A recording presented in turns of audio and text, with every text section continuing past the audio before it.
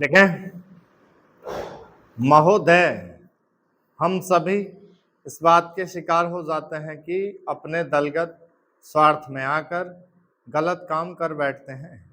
कभी भाषा और कभी किसी प्रदेश के स्वार्थ में ऐसे प्रश्न उठते हैं जो हमारे राष्ट्र की एकता को कमजोर करते हैं। अभी एक माननीय सदस्य ने यह प्रश्न उठाया और आरोप लगाया कि भारत सरकार कुछ प्रदेशों के साथ इंसाफ नहीं करती। भारत सरकार कुछ प्रदेशों के प्रति पक्षपातपूर्ण नीति अपनाती है। यही मनोवृत्ति है जिसमें एक प्रदेश को दूसरे प्रदेश के विरुद्ध भड़काया जाता है, एक जाति को दूसरी जाति के विरुद्ध खड़ा किया जाता है, एक धर्म को दूसरे धर्म के विरुद्ध खड़ा किया जाता है और एक भाषा और दूसरी भाषा वालों के बीच में भड़काव पैदा करके लड़ाई पैदा की जाती है। यही मनोवृत्ति है जिसको हमारे विरोधी दल के बहुत से लोग भड़का कर पैदा करते हैं।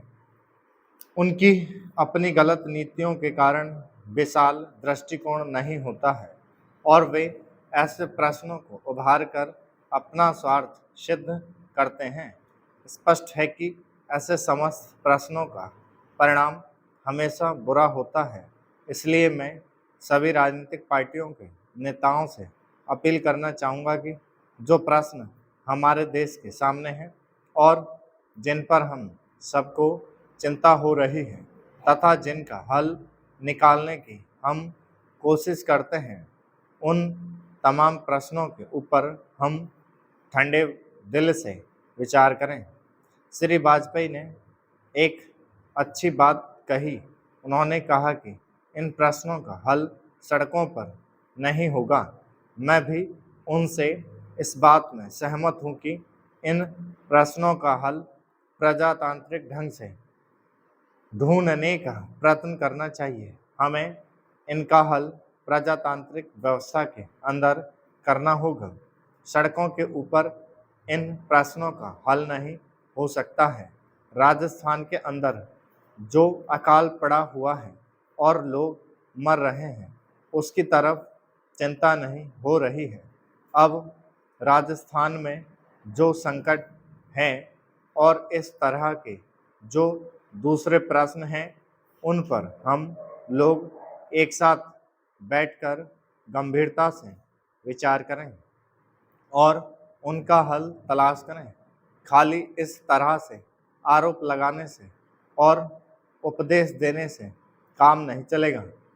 इस देश के अंदर बंगाल में बाढ़ से जनता पीड़ित हो रही थी और उसको अनाज, कपड़ा और जीवन की रोजमर्रा की आवश्यक सामग्री भेजने की कोशिश हो रही थी।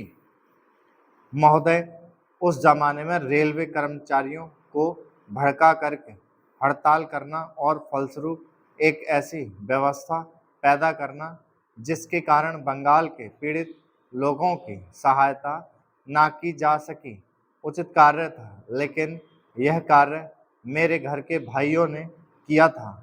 मेरा कहना है कि केवल उपदेश से काम नहीं चलता है। जब ऐसे प्रश्न आए तो उपदेशात्मक भाषाओं में ही फंसकर ना रहा जाए, बल्कि आवश्यकता की ऐसे प्रश्नों पर सारे राजनीतिक दल देश हित को ध्यान में रखते हुए संजीदगी से विचार करें और उन सबका हल तलाश करें।